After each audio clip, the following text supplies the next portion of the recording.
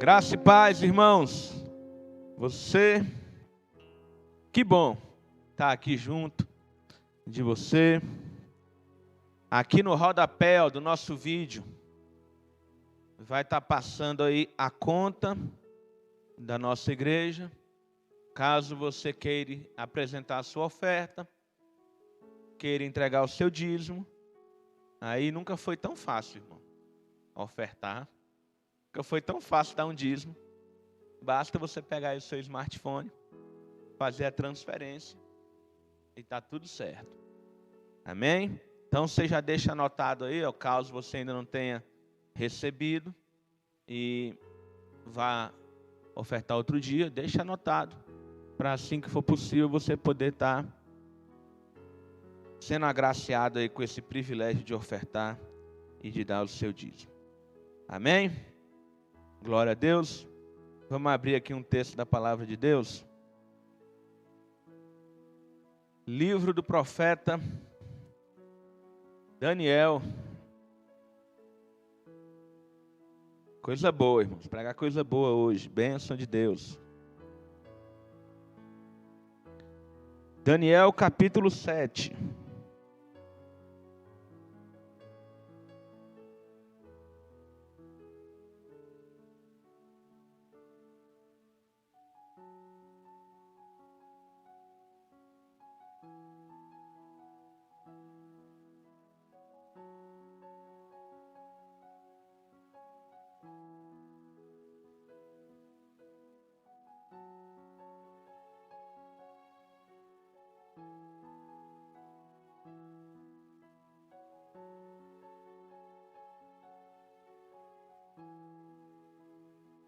E relatou a suma de todas as coisas.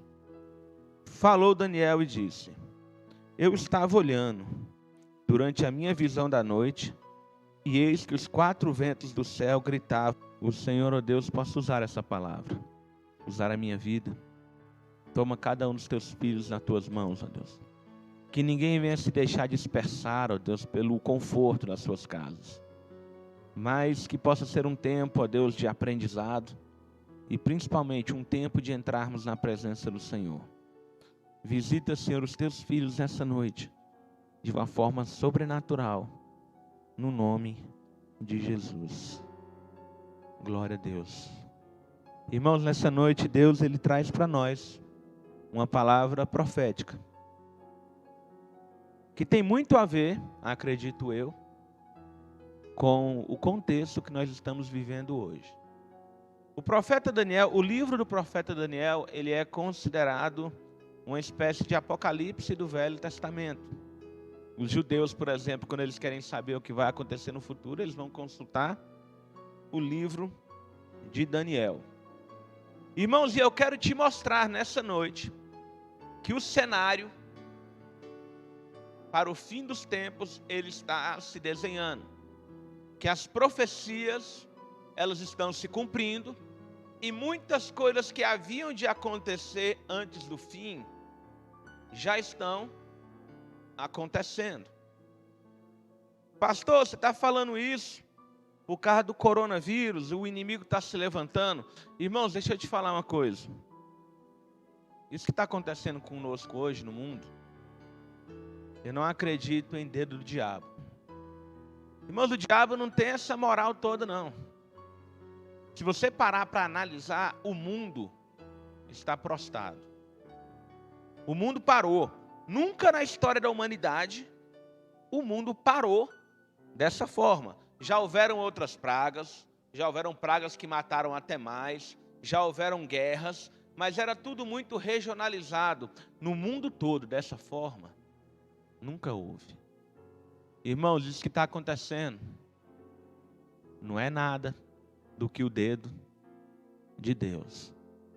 Pastor, você está me dizendo que Deus está trazendo juízo sobre a humanidade? Não, irmãos, isso não é juízo. Juízo de Deus quando vem, irmãos, quando Deus ele traz juízo, Deus ele vem arrebentando com tudo. Para você olhar, dilúvio, Sodoma e Gomorra, quando Deus ele resolve, lá no Egito com as pragas, quando Deus ele resolve trazer juízo, Deus ele não vai trazer uma gripe. Deus ele vem de sola. Então, se não é juízo, pastor, o que é isso? Deus, ele está trabalhando em nossas vidas. Deus, ele está trabalhando, ele está tratando o planeta e ele está nos preparando para aquelas coisas que hão de vir. Irmãos, ó, só para você ter uma ideia, eu te peço um pouco de paciência, porque eu vou tentar desenhar aqui um cenário. Através das profecias, através daquilo que a gente esperava acontecer, eu quero desenhar um cenário. É engraçado isso, porque eu nunca estudei tanta coisa dentro da teologia. Não tem nada que eu estudei igual eu já estudei escatologia. Escatologia é disparado aquilo que eu mais estudei na vida. Eu já estudei mais escatologia do que física. Mas é engraçado que é a coisa que eu menos prego. Aquilo que eu mais estudei na vida é aquilo que eu menos prego. Mas eu acho que é um momento propício. Vamos falar um pouco disso. Irmãos, ó, quando a gente olha para a história bíblica e da humanidade, a gente vê 7 dispensações. 7 formas de governo. A gente tinha primeiro a época da inocência, com Adão e Eva, primeiro. Depois veio o período da consciência, a dispensação da consciência. Depois, a dispensação do governo humano. Depois, com Abraão, a gente tem a época patriarcal.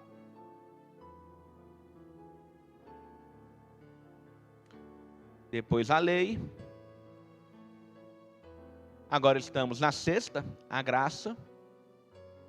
E depois da sexta, irmãos, antes da eternidade, só tem mais uma, que é o milênio. Só que o milênio é só depois que Jesus volta. Então, nós estamos na última dispensação, que é a dispensação da graça, antes da volta de Jesus. Outro dado, a história da humanidade, a história da igreja é dividida em 7 eras. 7 eras da igreja, que são comparadas às 7 igrejas da Ásia. São elas, Éfeso, Esmina, Pérgamo, Tiatira, Sardes, Filadélfia e Laodiceia. E dentro, o segundo deles, irmãos, foi Israel. Israel, durante o reinado de Davi e Salomão, se tornou a maior potência do planeta. Depois de Israel, se levantou a Assíria, cuja capital era Nínive. Depois da Assíria, se levantou Babilônia. Depois da Babilônia, o Império Medo-Persa. Depois dos persas, o sexto, a Grécia. E por último, o último dos 7 grandes reinos, Roma. Por que eu estou falando isso para vocês? Preste atenção. O texto que a gente acabou de ler, Daniel, ele está tendo a visão dos 4 reinos. Os 4 últimos. Por que os 4 últimos? Porque os 3 primeiros já haviam passado. Então Daniel, ele tem a visão de 4 grandes feras. A primeira era um leão, uma espécie de leão alado. Um leão com asas de águia. Depois o urso, onde um lado se desenvolveu mais do que o outro. Depois um leopardo com 4 asas. E por último um monstro, uma coisa tão terrível que Daniel ele não consegue descrever. Irmãos, esse leão que Daniel ele está descrevendo, os 4 são reinos. Daniel ele está tendo uma visão do futuro. O primeiro reino do que Daniel assiste, que Daniel consegue visualizar, é Babilônia. Babilônia é esse leão pelo seu resplendor, pelo seu luxo. Só que esse leão ele perde força. Daniel fala que esse leão ele passa a ter aspecto de homem. Ou seja, ele vai perdendo essa majestade. E depois vem o urso. O urso é o Império Persa, que também era o Império Medo. Os persas, irmãos, eles e os medos, eles se revezavam no poder. Só que o lado persa começou a se desenvolver mais. Daí o urso se levantar um lado mais do que o outro. O terceiro, que é o leopardo, é a Grécia. A Grécia é de Alexandre, irmãos. E aí no Alexandre eu preciso falar mais um pouco, porque ele tem muito impacto na nossa vida. Por que ele é comparado ao leopardo? Irmãos, o Alexandre, ele é de uma agilidade. O Alexandre, ele consegue conquistar todo mundo até então conhecido, até completar 25 anos. Quando Alexandre completa 25 anos, ele já é o dono do mundo. Ele tem uma morte precoce, ele morre aos 33. E a Bíblia fala que esse leopardo ele tem 4 cabeças, porque o reino de Alexandre ele vai ser dividido em 4 reinos, entre os seus 4 grandes generais. Mas o Alexandre ele faz algo muito impressionante. Ele é um macedônio, mas ele foi criado na Grécia. Alexandre ele é discípulo do Aristóteles, o filósofo. Ele foi criado, e discipulado e ensinado pelo Aristóteles. Então, Alexandre ele tem a filosofia grega muito entranhada no seu ser. E ele vai espalhar essa cultura grega por todos os povos conquistados. Ou seja, Alexandre ele é o responsável pela cultura que vivemos hoje. Se hoje nós vivemos uma cultura que ela é herança da cultura greco-romana, foi por causa do Alexandre. O Alexandre fez dessa cultura a cultura mundial. O quarto animal, o quarto reino, é o Império Romano. Irmãos, o Império Romano, ele chega e ele domina a Grécia. Mas ele não consegue matar a cultura grega. Pelo contrário, ele adota a cultura grega. Daí nós falarmos hoje cultura greco-romana. Pastor, e o que é que nós temos a ver com isso? Temos muito a ver. Porque no ano de 476 depois de Cristo, o Império Romano ele cai. E quando ele cai, ele é dividido em 10 grandes nações. São os 10 povos bárbaros que vão dar origem aos países da Europa. Irmãos, olha só o que está acontecendo. Roma cai, mas ao mesmo tempo ela não cai. Eu arrisco dizer para vocês que o Império Romano, ele existe até hoje. Como assim, pastor? A gente não tem o nome Império Romano. Porém, a influência cultural, a influência histórica, a influência cultural, a influência jurídica, a influência em tantas áreas do conhecimento e a influência que esses países que se originaram desse império, que é a Europa Ocidental, tem em nossas vidas, é muito forte até hoje. E hoje o que a gente assiste é uma espécie de retomada. Essas nações se separaram. Agora essas nações estão se juntando. O euro hoje é a moeda mais forte do planeta. A Europa hoje já tem um parlamento europeu. A Europa hoje já tem um banco central europeu. Hoje, para você viajar dentro da Europa, você não precisa ter visto. Você não é cidadão italiano, cidadão francês, cidadão inglês. Você tem cidadania europeia. Então, gradativamente, esses países estão juntando novamente. E a palavra de Deus fala que dessa última fera, ele tinha 10 chifres, que são essas 10 nações. E de repente brotava um chifre menor, mas um chifre que vinha tudo. Um chifre que era um homem. Igreja do Senhor Jesus. Esse chifre que brota no meio desse império é o anticristo. Deixa eu te falar uma coisa. Os judeus e os muçulmanos, eles acreditam piamente nisso. Que o anticristo não, na visão deles é o Messias, para eles é o Messias. E o Messias já está entre nós. E o Messias já é um moço, ele já está entre nós. E que em qualquer momento ele se manifesta para o mundo. Só que esse Messias que eles aguardam é quem a Bíblia chama de anticristo. Então, irmãos, olha só. As eras históricas já foram. As dispensações passaram. Os acontecimentos que haviam de acontecer antes do arrebatamento, eles já aconteceram. E a gente começa a viver algo parecido com aquilo que a gente vê em Mateus 24. Já já a gente lê o Mateus 24, que é o princípio das dores profetizado por Jesus.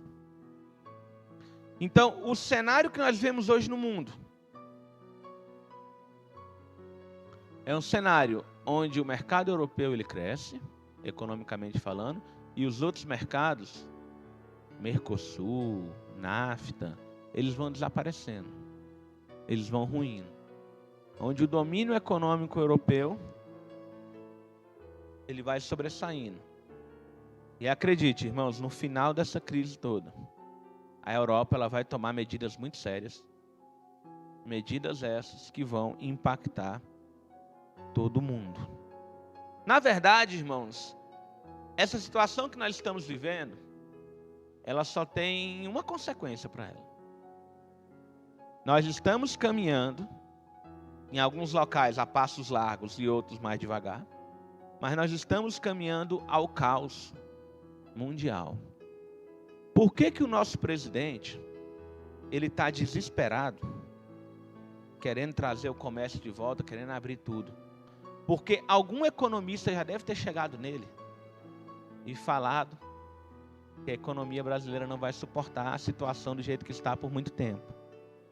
E ele não quer ficar conhecido como o presidente que estava no poder na época que o Brasil teve a sua pior crise da história, economicamente falando.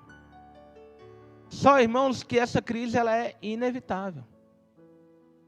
Não é culpa dele, mas vai acontecer. Se abre tudo, as pessoas vão começar a ficar doentes e o Sistema Único de Saúde não vai ter estrutura para atender todas as pessoas. Irmãos, lá na Itália, eu estou falando de um país pequeno, em um país de primeiro mundo, eles estão escolhendo quem morre e quem vive. Porque o sistema de saúde deles não está conseguindo atender as pessoas. Na semana passada, a gente teve uma média na Itália de 600 mortes por dia.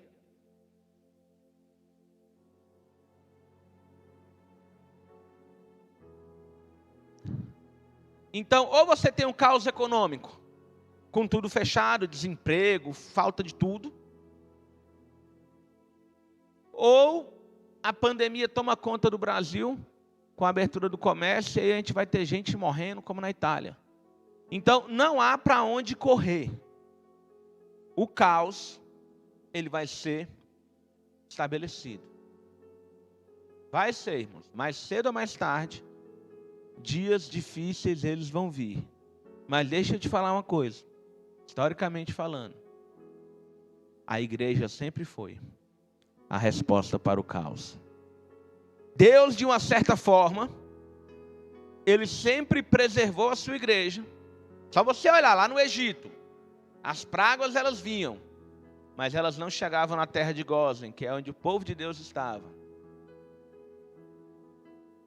De uma certa forma, Deus, Ele sempre usa a sua igreja em meio ao caos. E eu quero chamar a sua atenção, irmãos. Eu falei aqui desses reinos, que o Império Romano ainda exerce influência, que a qualquer momento a gente está tendo notícias aí desse que vai ser chamado de anticristo. Mas deixa eu ler um outro texto. E aí, durante a leitura desse texto, você analisa bem. E você vai ver comigo aqui, se nós estamos ou se nós não estamos vivendo isso que vai ser lido. Então vamos lá, Mateus, capítulo de número 24. Reino. E haverá fome, hein? A quantidade de pessoas mortas por perseguição que a gente teve nesse século. Só nesse século, a gente teve mais crente perseguido, mais crente morto por causa do evangelho, do que durante toda a história da igreja cristã. Nigéria, China, morrem milhares por dia, irmãos. Então existe uma perseguição. Pastor, aqui no Brasil não existe. Aqui no Brasil existe também. Só que aqui no Brasil é diferente. Se você parar para pensar, gradativamente, o povo de Deus está sendo apontado pela mídia e pela sociedade como um povo fundamentalista. Aí a gente condena o homossexualismo, falando que a igreja não ama as pessoas. Aí a igreja condena o aborto, aí começa a se propagar que a igreja não está nem aí para aquela mãe que não tem condição de ter aquele filho. Sem contar a perseguição intelectual, que muitas vezes você não tem coragem de falar que é crente lá na sua escola e na sua faculdade, porque você vai ser motivo de piada, porque as pessoas vão fazer uma série de questionamentos, vão falar que você não estudou, coisas do tipo. Então, existe uma perseguição velada. Essa perseguição, ela vai aumentar? Vai, irmãos, claro que vai. Mas ela já existe.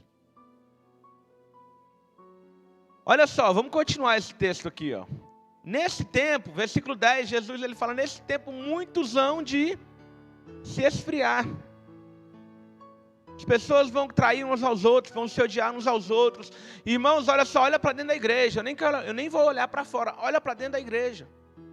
Como que o povo de Deus tem dificuldade de perdoar. Nem sempre foi assim na história da igreja. Olha como as pessoas são partidaristas. Olha como nunca se houve tanta troca de igreja, irmãos trocando de igreja o tempo todo por causa de conflitos como nos dias de hoje. Então Jesus ele está falando do seu povo, que nesse tempo muitos vão de se escandalizar, trair e odiar uns aos outros.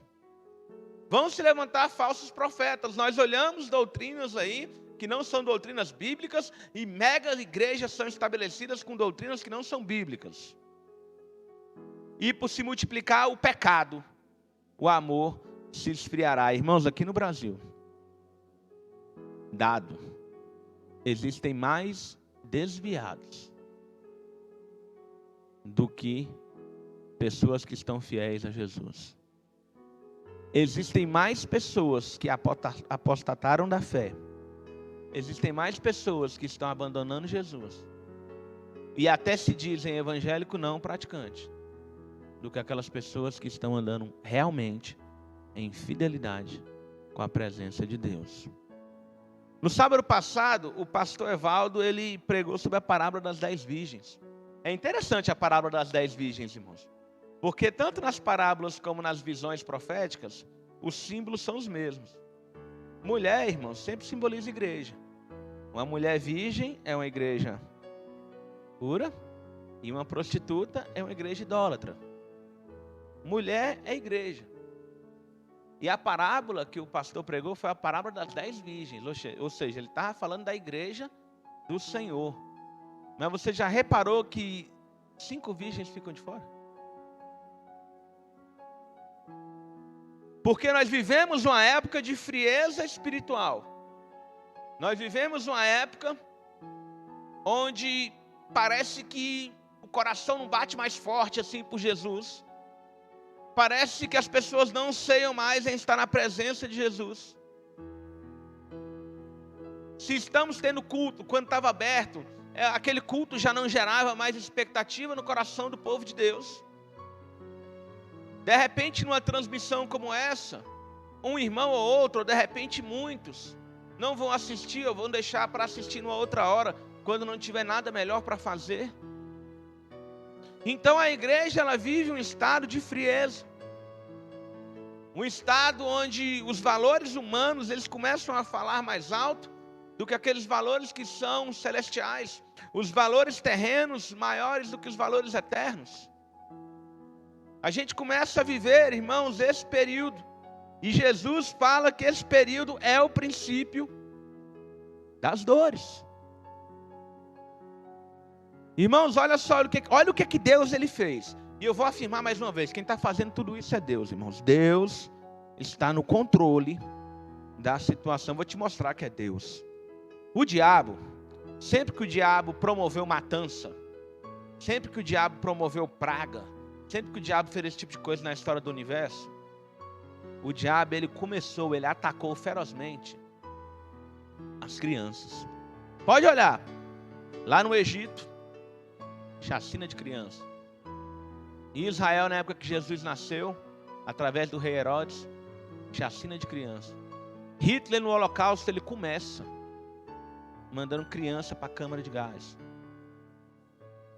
Porque o diabo odeia criança. Porque existe uma pureza nas crianças que depois a gente perde. E a humanidade, irmãos, nós, humanidade, nós temos maltratado as crianças que Deus, Ele ama. Deixa eu abrir um parênteses aqui, ó. Você que faz parte de um ministério infantil de qualquer igreja, faz um negócio, quando você for ministrar, se consagre. Faz um jejum, se prepare, porque você vai estar ministrando para pessoas que são muito especiais aos olhos de Jesus. E quando nós olhamos para a nossa geração, irmãos, a nossa geração, os reinos, eles têm aprovado leis que são contra as crianças. O aborto tem sido legalizado. Os pequeninos têm entrado em contato com a sexualidade cada vez mais cedo. E agora tem essa praga de ideologia de gênero para atingir as nossas crianças. A humanidade está tirando a pureza das nossas crianças. E Deus, Ele se levanta, irmãos, numa hora dessa. Já percebeu que criança não é grupo de risco para o coronavírus? Vai olhar as estatísticas. A gente tem, no mundo, irmãos, a gente tem notícia de 3 crianças mortas. Mesmo assim, não se sabe ainda se a causa da morte foi o coronavírus. Porque uma coisa é você morrer com o coronavírus. Outra coisa é você morrer por causa do coronavírus. Então, mesmo assim, não se sabe se a causa foi essa. E aí, Deus, Ele tem pegado, Ele tem usado essa praga. Quem está morrendo, irmãos, é adulto, é velho, é idoso. Gente que teve anos e anos para se arrepender. E não fizeram. Começou na China, mas onde que se alastrou? Na Europa. A Europa que hoje é a sede da soberba. É a sede do evangelho falido. Onde a igreja vira mesquita. Onde a igreja é vendida e vira boteco, vira boate. Igrejas históricas, palcos de grandes avivamentos no passado. Então, irmãos, nós vivemos essa pureza. E eu vou te falar uma coisa, irmãos, Deus, Ele está passando a foice. E está separando o joio do trigo. Como assim, pastor? Eu vou te explicar. Nessa época de quarentena, nessa época onde eu preciso estar em minha casa. Quem é crente, apaixonado, lavado e remido pelo sangue do Cordeiro, fica mais crente. Porque tem mais tempo para orar, tem mais tempo para buscar, tem mais tempo para fazer tudo ali, para se aprofundar na presença de Deus. Acabou o ativismo, acabou a correria. Agora, quem não é, quem é meia boca, quem precisa de programa da igreja para se levantar, quem precisa de aquele culto, eu preciso daquele culto para eu me levantar, numa quarentena dessa aí que fica meio, aí que desvia mesmo. A foice está passando, o joio está sendo separado do trigo. Quem é crente de verdade fica mais crente. Quem não é crente, mas estava aí na igreja, no meio do bolo, de repente até fazendo algumas atividades, e talvez o único motivo de estar na igreja eram essas atividades, não tem mais atividade, irmão. Não tem show gospel mais, não tem aquele cantor famoso, não tem aquele pregador famoso naquela igreja, para você poder ir, não tem, irmãos. Agora é eu e Jesus, e mais nada.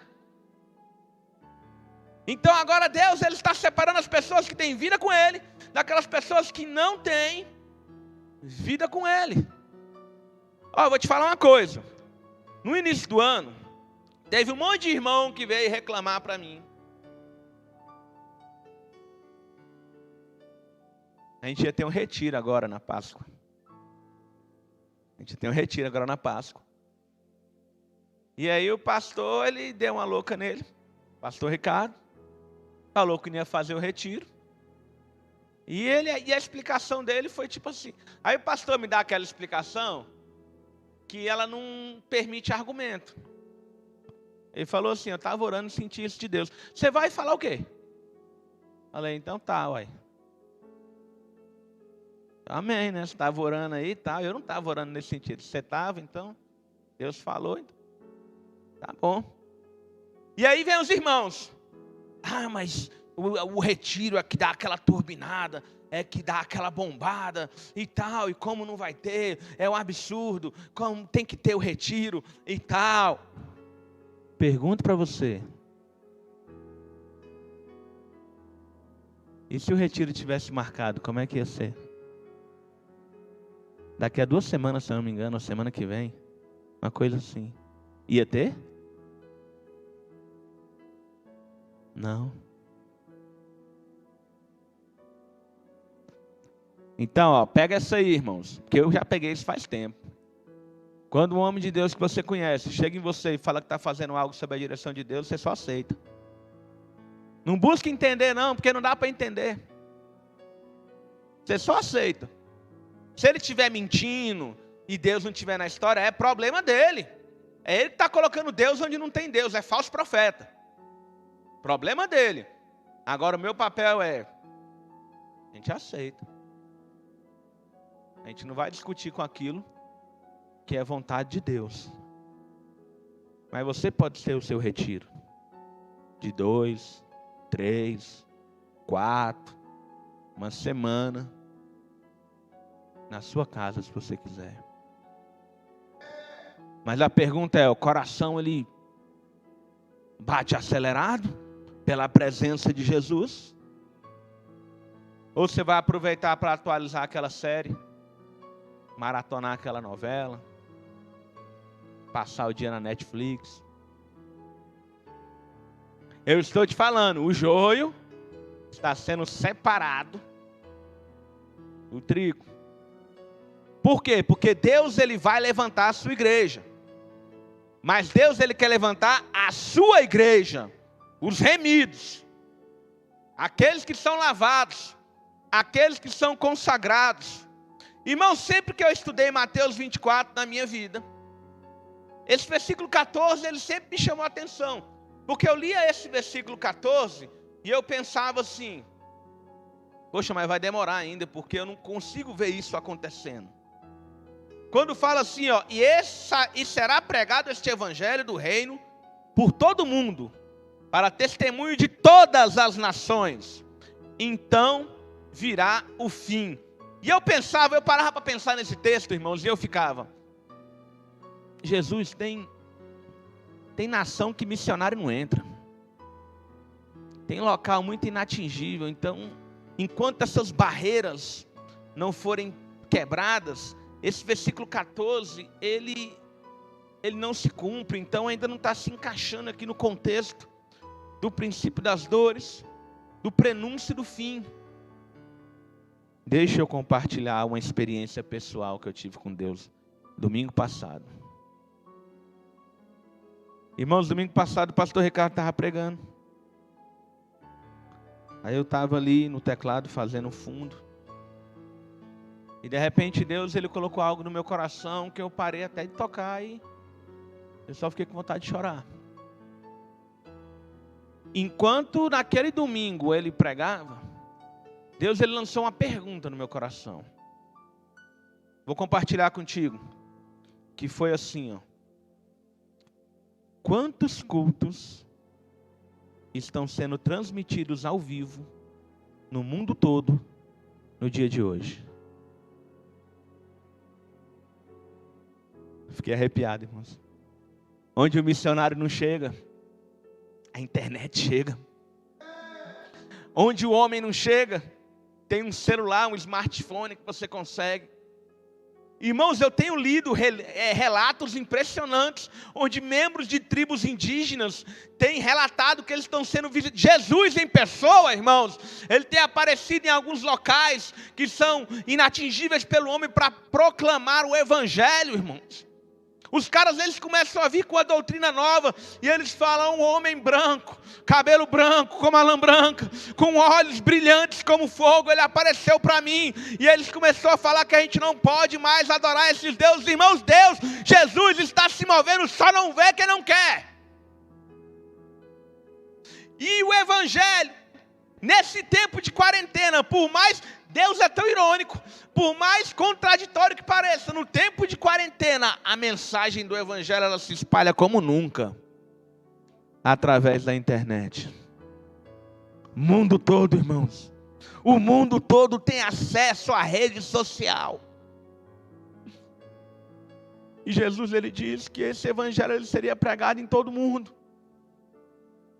E aí depois viria o fim. Eu quero te trazer um outro dado interessante. Esse é o mais importante. Abre aí a sua Bíblia em Mateus 24. A gente vai ler outro texto agora, o 32.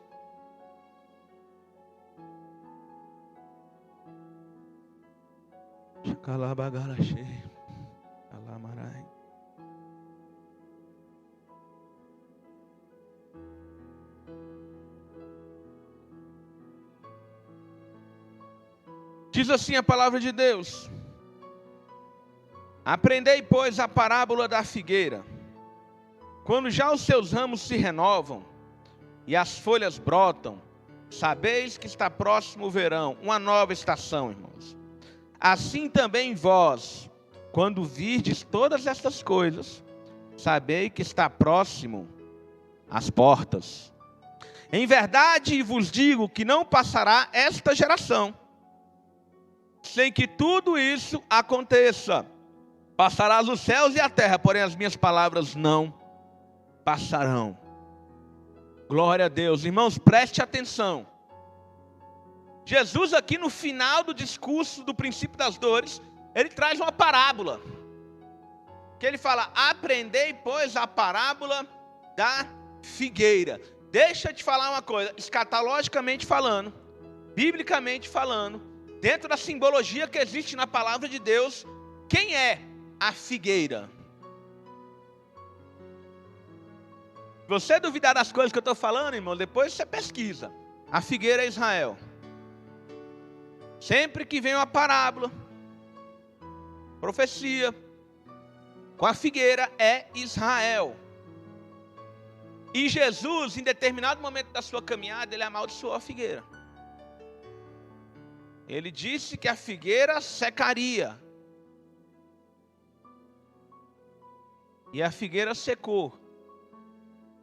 Mas depois que a figueira seca, ela se renova, os ramos se renovam e as folhas voltam a brotar. Presta atenção. A figueira Israel, irmãos, ela secou. O que eu vou falar para vocês agora é história. Não está na Bíblia, mas está na história. 40 anos depois da crucificação de Jesus, mais ou menos 40 anos, anos 69, anos 70, o general Tito, ele invade Israel. E ele arrebenta com tudo. Ele mata todo mundo. Em Mateus 24, quando Jesus está falando desse período, ele fala assim, ó: ai das se estiverem grávidas e amamentarem naqueles dias. Porque o Tito, ele chegava nas grávidas, irmãos, ele abria a barriga delas com a espada, arrancava o feto e jogava fora. As que amamentavam, o bebezinho era o primeiro a morrer. E esse homem vai profanar o templo, ele está lá atrás do ouro do templo. Por isso que Jesus começa o capítulo 24 de Mateus falando: aqui não ficará pedra sobre pedra. O general Tito, ele faz isso, ele profana o templo. Irmãos, ele sacrifica um porco, animal imundo, para o judeu lá no altar. E depois ele leva cada pedra do templo, porque tinha ouro naquelas pedras, embora. Israel é disperso, é a diáspora, eles vão embora. A nação de Israel deixa de existir, a figueira seca. E depois não se tem mais notícia do país Israel. Você tem judeus espalhados pelo mundo, mas a nação de Israel, ela deixa de existir, a figueira está secando. Irmãos, a igreja, de uma certa forma, ou eles interpretaram isso aqui de forma correta, ou eles foram avisados por Deus de alguma forma, a igreja não está em Jerusalém naquele dia. Eu falei para vocês, irmãos, Deus, Ele sempre guarda a sua igreja. E a igreja estava em outras partes do mundo pregando o evangelho. Então a igreja foi preservada, mas a figueira não, a figueira secou. E aí vem Jesus e fala: olha, quando os ramos se renovarem, quando as folhas da figueira voltarem a brotar, sabei que é um novo tempo chegado, sabei que a nova estação está chegada, sabeis que eu estou às portas.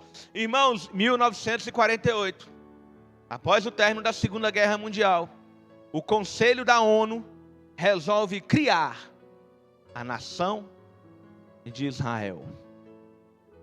O país que não existia mais, a figueira que secou, volta a existir. No mesmo local onde era antes. Local, inclusive, que naquela época estava ocupado pelos muçulmanos. Por isso que os muçulmanos e os judeus, eles brigam tanto. Porque os judeus chegaram para ocupar uma terra que pertencia aos muçulmanos.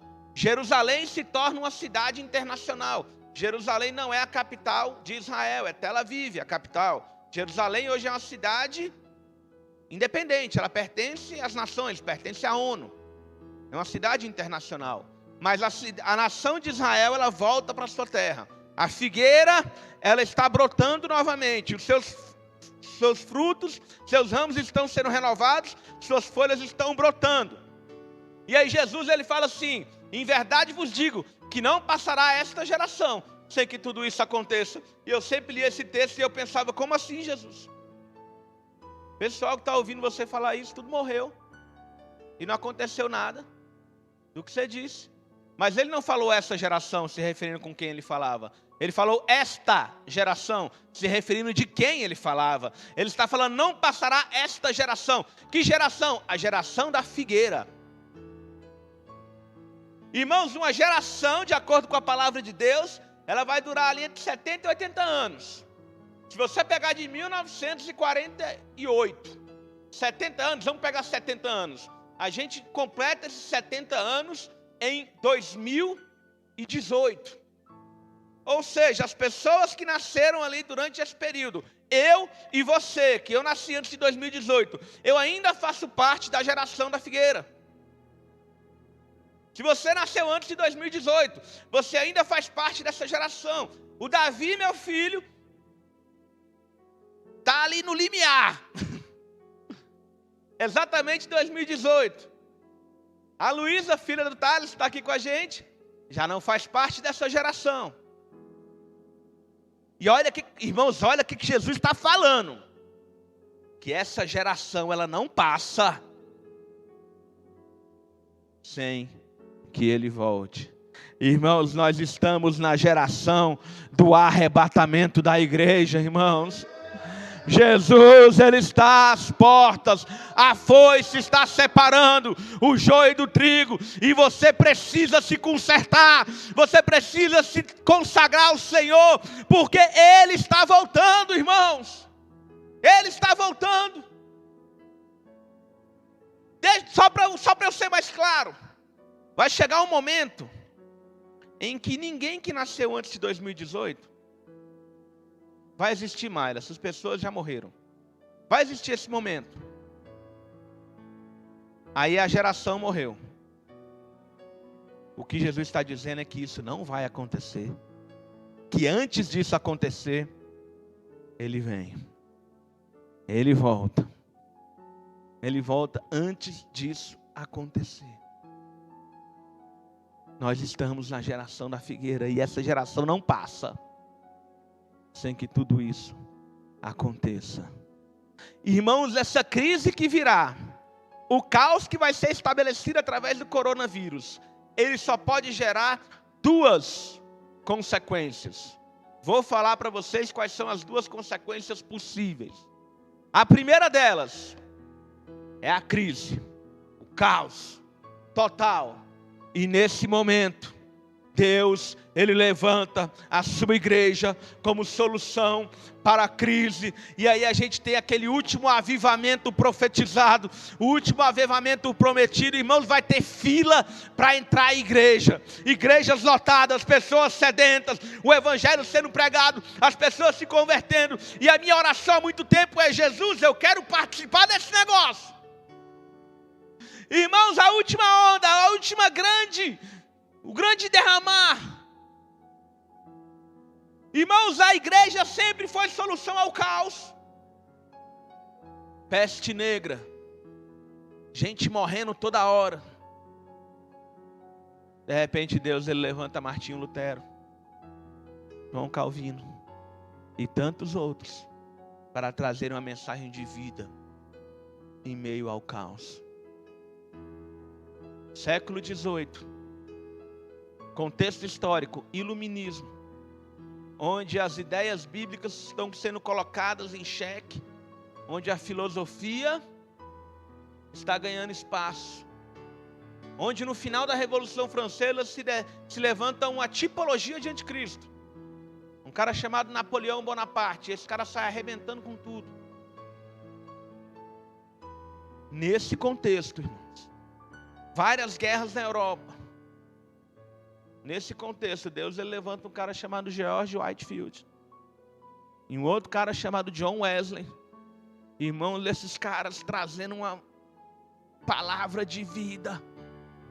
Tem um relato da coroa inglesa na época, onde eles diziam assim: nós temos mais medo dos joelhos de Whitefield do que da tropa de Napoleão. Porque foi um reboliço, irmãos. Em meio ao caos, Deus sempre tem levantado a sua igreja. Então, em meio ao caos, irmãos, uma das coisas que pode acontecer é Deus levantar a sua igreja. E esse levantar da igreja, esse avivamento, ele vai culminar, ele vai atingir o seu ápice, aleluia, no arrebatamento do povo de Deus, irmãos. E aí é que vai ter caos mesmo, com esse tanto de gente sumida. Onde está aquele povo barulhento? Oxe, calabagala cheia. O mercado vazio. Oh, irmãos, está chegando. Está chegando. O rei, ele está voltando. Uma outra coisa que pode acontecer, irmãos, vai acontecer uma das duas. Outra coisa que pode acontecer é, em meio a todo o caos, se levantar um líder mundial para colocar ordem ao caos. É o anticristo. Deixa eu te atualizar. Irmãos, desde 2009, e você pode pesquisar depois, que o Vaticano, eles têm proposto um líder mundial.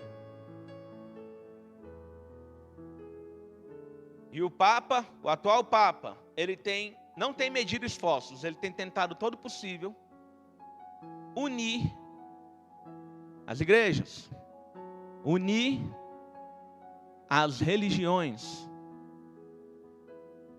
Existe uma proposta, irmãos, vai acontecer esse ano essa reunião. O nome do negócio é Reinventando a Aliança Educacional Global, onde várias lideranças educacionais, políticas e religiosas se reunirão no Vaticano com o intuito de criar uma educação mundial.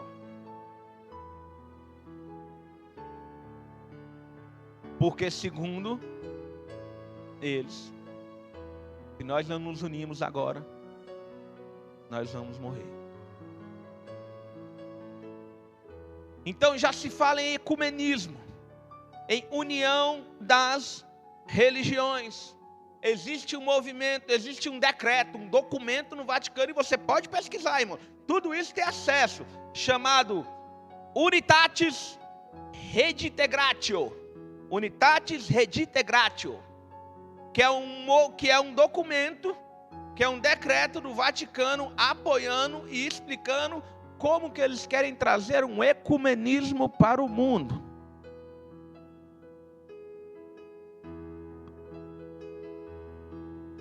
Ex-primeiro-ministro da Inglaterra, um cara chamado Gordon Brown, ele tem difundido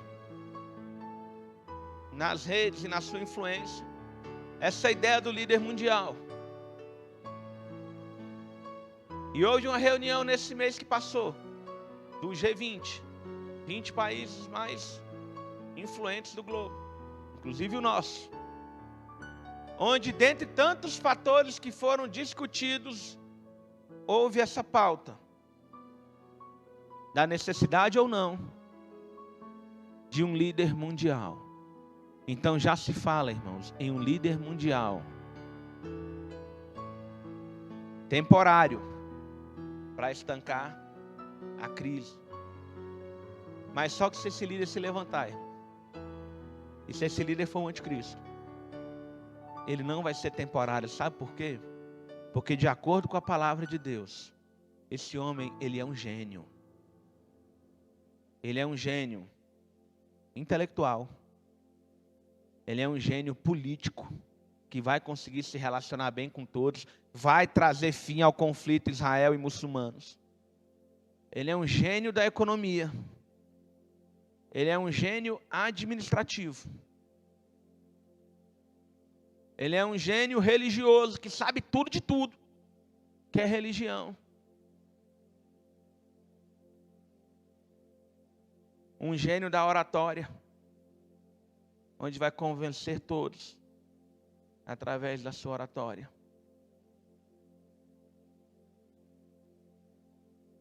E um gênio da ciência,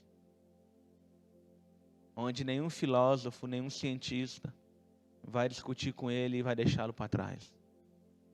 Se um homem desse assume o poder, irmãos, ninguém vai querer que ele saia, porque ele vai trazer solução a todos os problemas.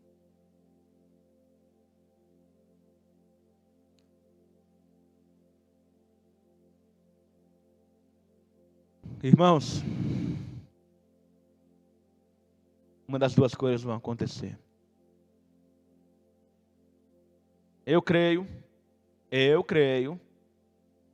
que a igreja do Senhor Jesus não passa pela tribulação. Então vem avivamento e arrebatamento da igreja. Mas caso a igreja passe pela tribulação, vai ter o levantar do anticristo. O chifre vai brotar em meio ao Império Romano, em meio às nações mais influentes do planeta. Então, irmãos, não é tempo. Eu vou chamar o Ricardo para se ajeitar aqui. Não é tempo de brincadeira. Não é tempo de, não tem ninguém me perturbando, então deixa eu viver a minha vida quieto aqui na minha casa. Não é tempo de nós entrarmos em discussões inúteis. Eu estou vendo alguns irmãos querendo questionar a palavra de Deus, irmão, querendo questionar o mandamento de Deus. Irmão, para com isso. Vai buscar a glória do Senhor. Vai buscar a face do Senhor, porque a foice está separando o joio do trigo. E é hora de nós decidirmos de que lado nós estamos. Nós vamos adorar a Deus, irmão. Nós vamos cantar um coro.